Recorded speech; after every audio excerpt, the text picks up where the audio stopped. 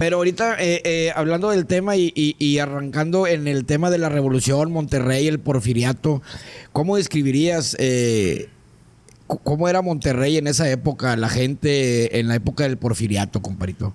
Fíjate, es de entrada un Monterrey muy diferente. O sea, nosotros pensamos en Monterrey y básicamente, automáticamente pensamos en fábricas, ¿no? O sea, este es un Monterrey, el Monterrey al que llega, digamos, Porfirio Díaz, ¿no? Es un Monterrey totalmente diferente, ¿no? O sea, fábricas hay muy pocas. De las pocas sería La Fama en Santa Catarina, La Leona en Santiago, y la Hércules, que si no me equivoco estaba por ahí por Guadalupe, ¿no? O sea, eran muy, muy pocas, y algunas otras cosas así chiquitas, muy ¿no? locales. Ajá. Pero el problema o la característica aquí es que ahorita, o sea, digamos, finales del siglo XIX, Monterrey está en un entredicho, que es que, pues, si nos vamos para atrás, está la Guerra de Reforma con Benito Juárez en el 55, ¿no? 1855. Luego la intervención francesa y luego pues ya la restauración de la República, Porfirio Díaz, ¿no? Entonces, ¿cuál es el conflicto aquí? Que durante la Guerra de Reforma, el gobernador de Nuevo León, Santiago Vidaurri, apoya a Benito Juárez, al bando liberal.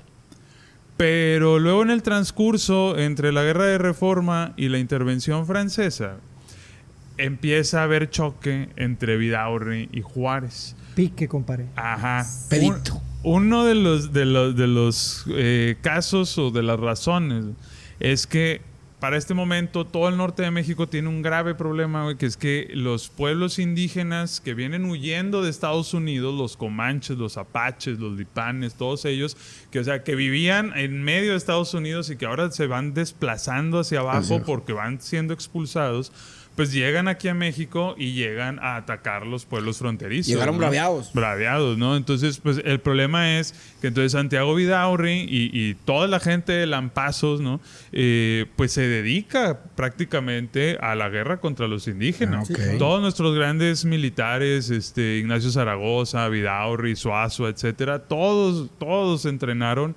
combatiendo a los indígenas en la frontera, ¿no? Entonces, Vidaurri le pide apoyo militar y económico a Juárez para combatir a los indígenas, y Juárez le dice: mi hermano, nos están invadiendo los franceses, ¿qué carajos quieres que haga yo? ¿No? ¿A quién te mando, cabrón? Exactamente. No, échame la mano, hijo. Échame la mano a mí. Entonces, eso le sirve a Vidaurri para ir creando este famoso, que lo van a reconocer y seguramente lo han sentido, este famoso rencor hacia el centro, ¿no? Esta diferencia, decir que no, es que los de allá, es que los de aquí, por ahí va. ¿Por qué? Porque Vidaurri lo que empieza a hacer es que en los discursos públicos, ¿no? Que pues todo el mundo va porque pues no hay nada más que hacer en la ciudad, está constantemente tirándole. Y el centro, y el centro, y el centro, y el centro, ¿no? Eso lleva al extremo entonces de que cuando los franceses llegan y Juárez huye a Ciudad Juárez, se pasó al norte, pasa por Nuevo León, y Vidaurri le dice: váyase de aquí.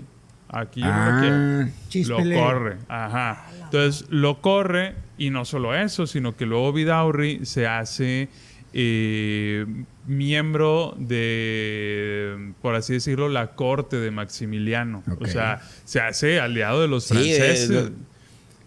Es alta tradición. O sea, ¿estás de este lado o estás de aquel lado? Traíamos pedo acá y tú, porque traías pedo con Juárez, y dijo: pues me voy con este cabrón. Y le dio volteón. Le dio volteón bien duro, ¿no? Entonces, pues bueno, pasa lo que tiene que pasar, la batalla de Puebla, gana Benito Juárez, y aquí les va una historia interesante. Benito Juárez quería perdonar a Vidaurri, pero hay un pequeño militar ahí cercano a Juárez que dice: mi madre, a ese hay que perseguirlo y fusilarlo. Lo persigue y lo fusila, y ese militar es Porfirio Díaz. Eso pinche madre. Le dio el volteón bien gacho. Me va a poner con madre. Regálale una vez, pues, y aquí la cubetona.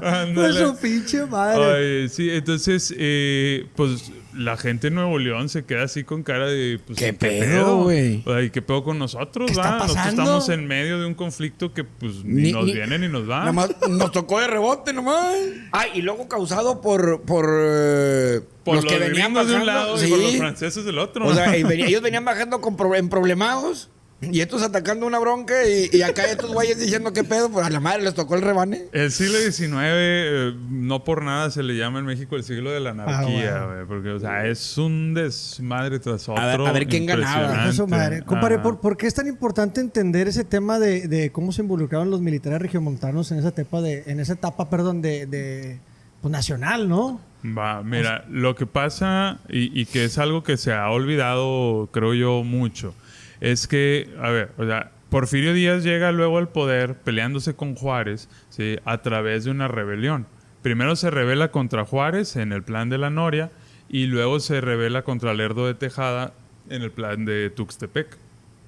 Entonces, en las dos rebeliones, Porfirio Díaz es apoyado por dos de los militares más importantes de Nuevo León, que son Jerónimo Treviño y Francisco Naranjo. Okay. Que, o sea, eran...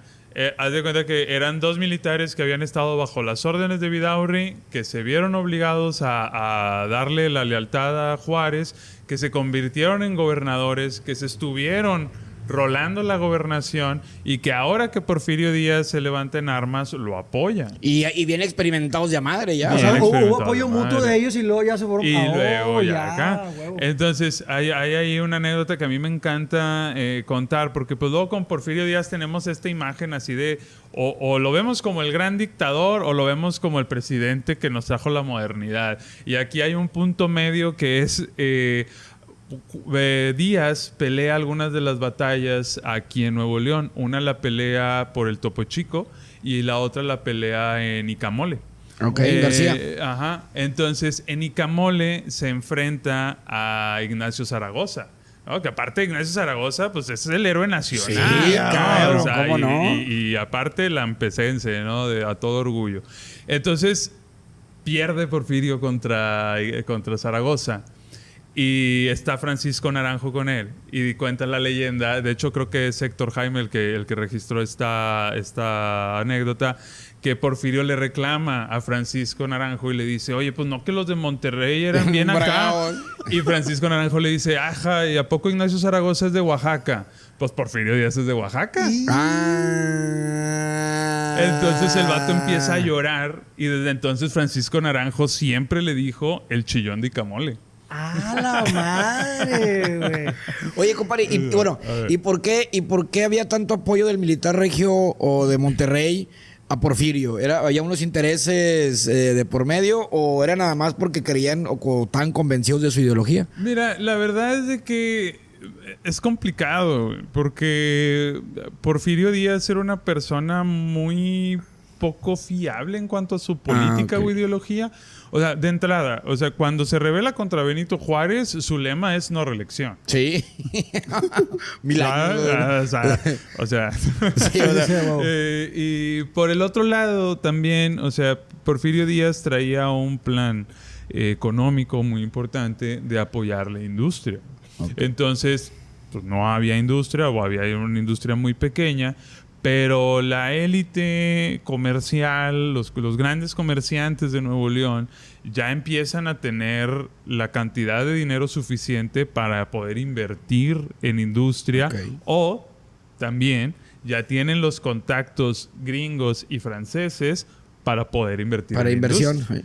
Que ese es uno de los grandes mitos de repente que por ahí se manejan, ¿no? O sea, de repente se habla, ¿no? Como esta grandeza de los grandes empresarios que crearon de la nada. Pero la verdad es de que la mayoría de las empresas nacen gracias a la inversión extranjera. O sea, entonces sí fue una cuestión de interés. Sí. O sea, dijeron, a ver, sí, yo aquí le veo potencial a este compadre, vámonos por ahí. Métete por vámonos ahí. por ahí, porque ahí va a venir el peso. O me va a apoyar para que venga la inversión, ¿no? Entonces, en aquel entonces, compadre, aquel personaje que tenía mayor peso en aquel movimiento, ¿quién era entonces? ¿Aquí en Nuevo León? ¿Sí? Pues Naranjo. Bueno, yo creo que Entre Treviño y Naranjo se aventaban. O sea, eran de las altas pedorrajes.